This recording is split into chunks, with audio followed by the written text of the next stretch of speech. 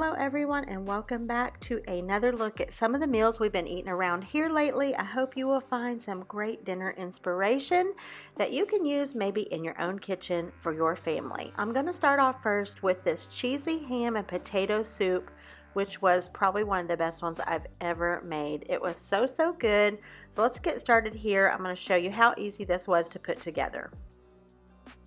Time I bake a ham, I usually have leftovers, so I just portion those out, put them in freezer bags, and stick them in the freezer, and they're perfect for meals like this. So you can see here, out of this quart bag, I've got a good amount of ham. I just chopped that all up, and into that I am slicing in some onion. This is probably about a half a cup. I'm going to fry these up together just to get some color on both, kind of sweat out the onions a little bit, and then this is going to be the base, and you can already tell just by thinking about those two very flavorful ingredients what they are going to add to this soup. I'm just kind of breaking up those pieces there. And then also in my refrigerator from earlier in the week, we had baked potatoes. I had one left, so I decided to just go ahead and cube this one up, and then I peeled up a bunch of fresh potatoes and got those all cubed up. Nothing special as far as size, just bite-sized pieces. And I'm also just going to stir that all together before I put any liquid. And so those are just going to kind of cook together for a few minutes, and then I'll start adding the liquid, the cheese, the seasonings, the other things with this soup. Alright, I had some homemade chicken stock in the refrigerator. I had just a little bit there, so that's going to go in. And then I'm just going to add to that some of the Knorr chicken base. Going to add that along with some more water, and that's going to make up the broth portion.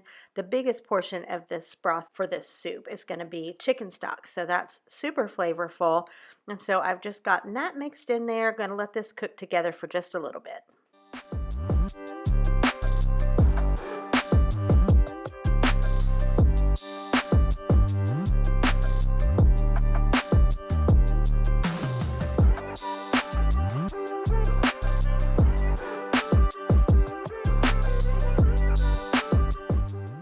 Alright, the only thing I decided to add in, you saw, was the garlic powder there. Definitely don't want to get heavy-handed with anything that's real salty on this, because you've got the chicken broth or stock. The chicken base that I use definitely has some salt in it. And then cheese, your ham's already salty, so you don't want to go real crazy with salt at this point in the game. You can always add it in later if necessary. So I've cubed up some Velveeta style cheese, and I had just a little bit of shredded Velveeta in a bag that I threw in there as well. And I'm just going to let that melt down. Now, I did not follow a recipe for this, so I don't have exact measurements or anything that I can leave for this recipe. So I won't have anything typed out below necessarily. You can just kind of see the process as I'm putting it together here. Basically just cooking as I know how to cook. I've made potato soup, cheesy ham potato soup, cheesy potato soup, all different varieties throughout the years, and so this is just kind of another variation of that, using the things that I had and put the soup together that way. So hopefully this can just give you some inspiration, maybe a way that you can switch up your normal potato soup and make it a little bit different for your family. So now I have transferred the soup into my crock pot. Because I made it earlier in the day and I wanted it to stay warm.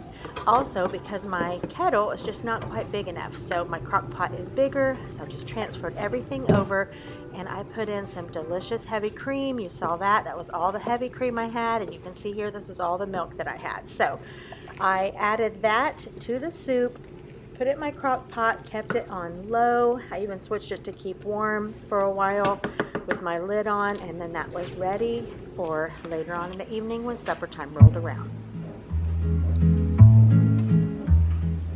I decided that a perfect accompaniment to this delicious cheesy ham and potato soup would be homemade croutons.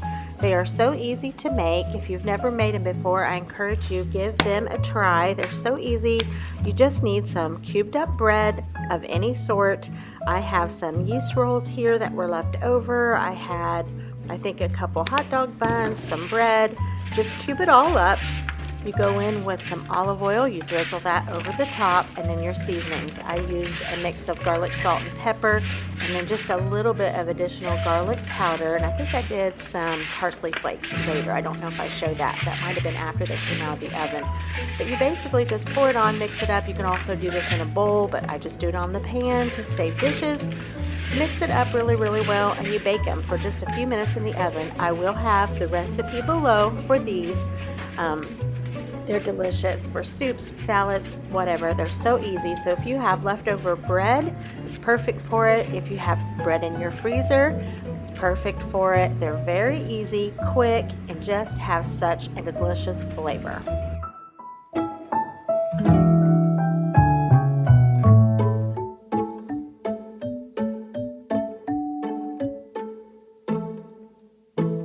Look at this, it's almost dinner time, so I'm stirring this around here and just real pleased with it. Actually, I tasted it for flavor and it tasted great. Now, I also decided to make some vegetable pizza to go along with this. This was family night. So here is my crust. It's 2 cans of crescent rolls, or you can use the crescent dough sheets. But if you use the rolls, you just pinch them all together, bake it for about 10 minutes or so until they're golden brown and done, and then let them cool. Into my bowl here, I have 1 block of softened cream cheese, and I'm adding in the equivalent of a package of ranch dressing, the dry package mix. Maybe a little bit more. I just used what was left in my little bottle there. Now I'm going in here with this Dean's French onion chip dip. I usually add sour cream, something along that line to thin this out just a little bit more, stretch it a little bit further. Like I said, this is 2 cans of the crescent dough. And so if you add some sour cream, or you could even add mayonnaise, like I added the French onion dip, it just kind of thins out that cream cheese a little bit, the cream cheese and ranch mixture, so you can cover your crust really well, smooth it out, and that's basically the base for all of your veggies and things that are go on top of this for your veggie pizza. What I had today was some fresh broccoli, red onion, yellow pepper, and I just kind of spread that out evenly. Those are all chopped about the same size, and then you want to just give them a press down. That way they kind of adhere to the cream cheese mixture on the bottom. And then I went over with some cheese.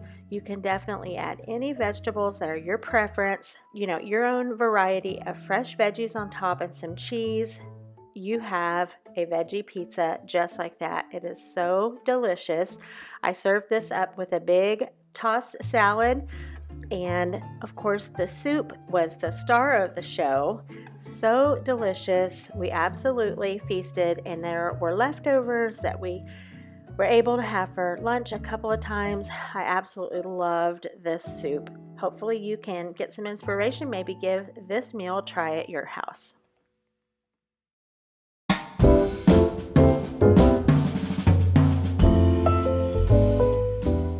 Alright, moving on to another meal. This is a weekend meal, and I decided to make some turkey bacon Swiss sliders. So into my bowl, I have my butter. I'm going in with that jalapeno salt. I am adding in some chipotle mustard. I'm going to put in some brown sugar and some Worcestershire sauce, and I'm going to microwave that to get the butter just a little bit soft. And that is going to be the delicious topping to go over my sliders. If you make, I think the recipe is called funeral sandwiches, which I've made before on my channel, I make often, or any type of little slider, a lot of times the recipes will call for a mixture like that to go on top before you bake them. And so that's just kind of my go-to mixture for any time I want to make a slider sandwich. I usually put that on top.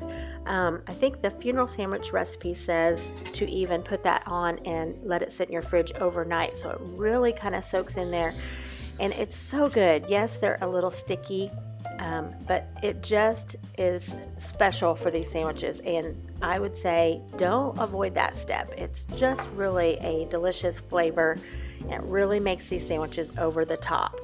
So here I have 9 of the King's Hawaiian little slider rolls, and I cut those all in half, put the bottom in there, and I'm going to go in now and start building these sandwiches. You do want to spray your pan so nothing sticks. And so I am using Swiss cheese here. I'm going to go on the bottom with that. I'm going to layer on my turkey, my bacon, and any other topping that I put on here. I want to go ahead and just get that all layered on, and then we'll bake these in the oven.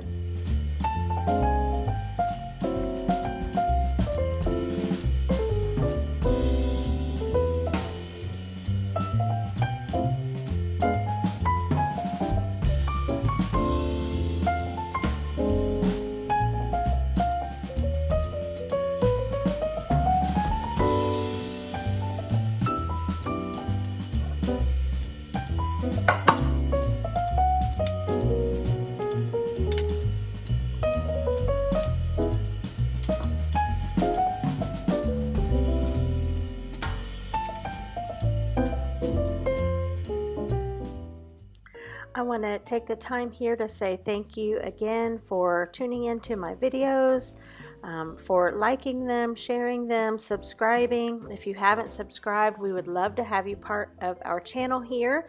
My name is Angie. I am married to my husband for close to 32 years. We have 3 sons, 3 beautiful daughter-in-laws. We have 4 grandsons, and we just are enjoying life around here. I really enjoy this YouTube channel. I love talking to you in the comments. And so again, thank you so much for all of your support on our channel. And it means a whole lot. So, all right, we've got our tomato on here. And if you notice, I said I was making turkey bacon Swiss sliders. Well, I fried my bacon up in my air fryer and I forgot to put it on until after I got these all together. And then I had to go back in there and stick all the bacon in. So, do you do that in the kitchen sometimes? Totally forget really obvious things. That is me a lot of the time. So, but I remembered I got it in there before I stuck it in the oven. So, anyhow, here comes that delicious topping. Just going to spoon that all over, and then I'm going to go back in with some of that jalapeno salt on the top, and then I'm going to get these baked.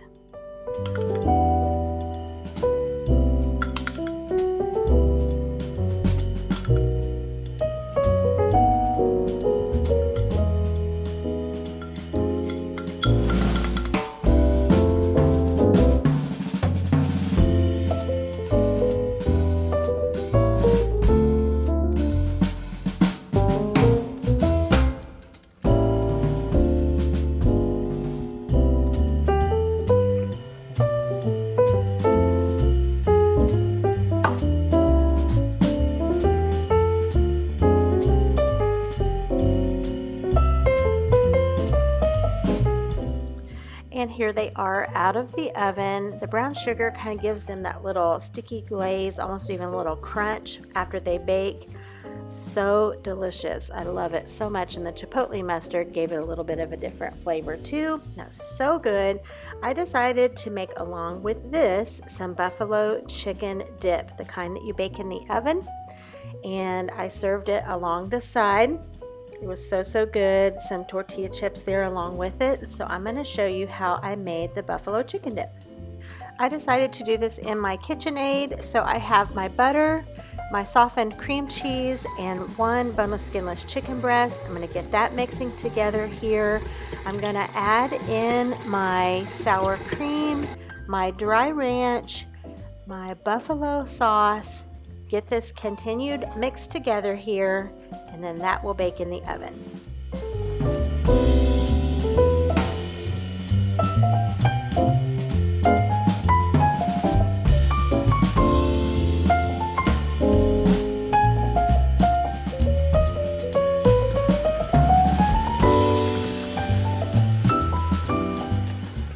Of course, your chicken breast has already been cooked. I want to mention that for sure.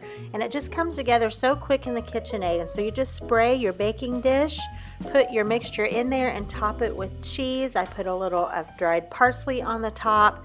You bake that for 20-25 minutes or so. It is such a delicious buffalo chicken dip. If you like buffalo chicken and you haven't tried this one, definitely give it a try. This is one of my husband's favorite little snacky type appetizer dishes. And so here it is all put together. These sliders were so delicious. The turkey, bacon, and Swiss goes together so well. And then when you add that delicious sauce on the top, it's just a yummy little slider sandwich. And of course the buffalo chicken dip. So good. This was a great little weekend meal and we thoroughly enjoyed it. If you haven't tried these things, give them a try. Look below for the buffalo chicken recipe. It'll be down below exactly how I make mine. I use the same recipe every time.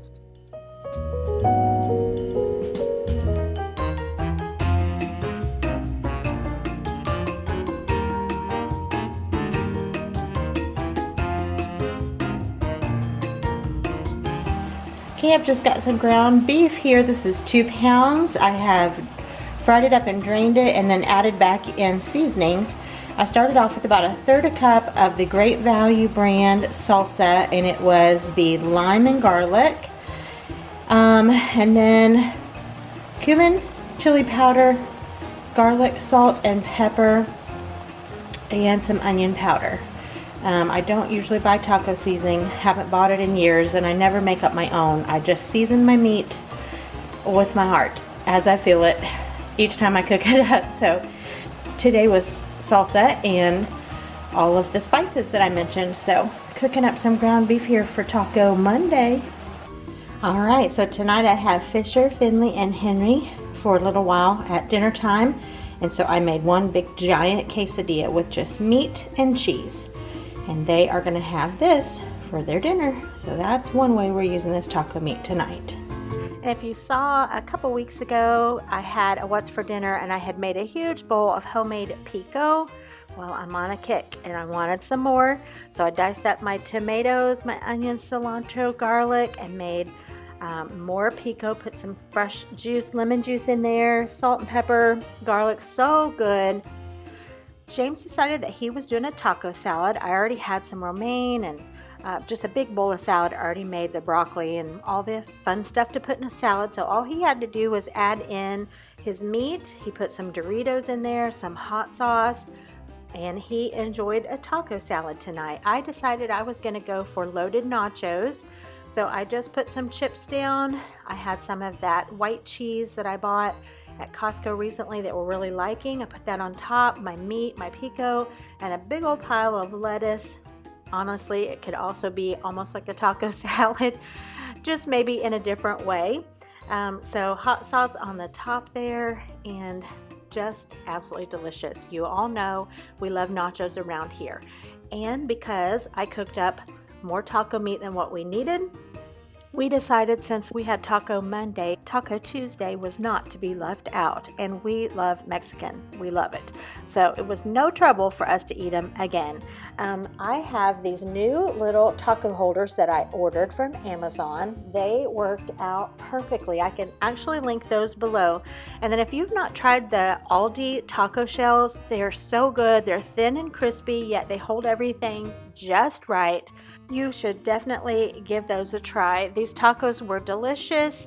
We didn't have anything else besides tacos that night. It was just a Taco Tuesday, literally. So thank you guys for watching this video. I hope you got some good inspiration. I hope everyone is doing well. And I will see you all the next time. Good Lord willing, and the creek don't rise.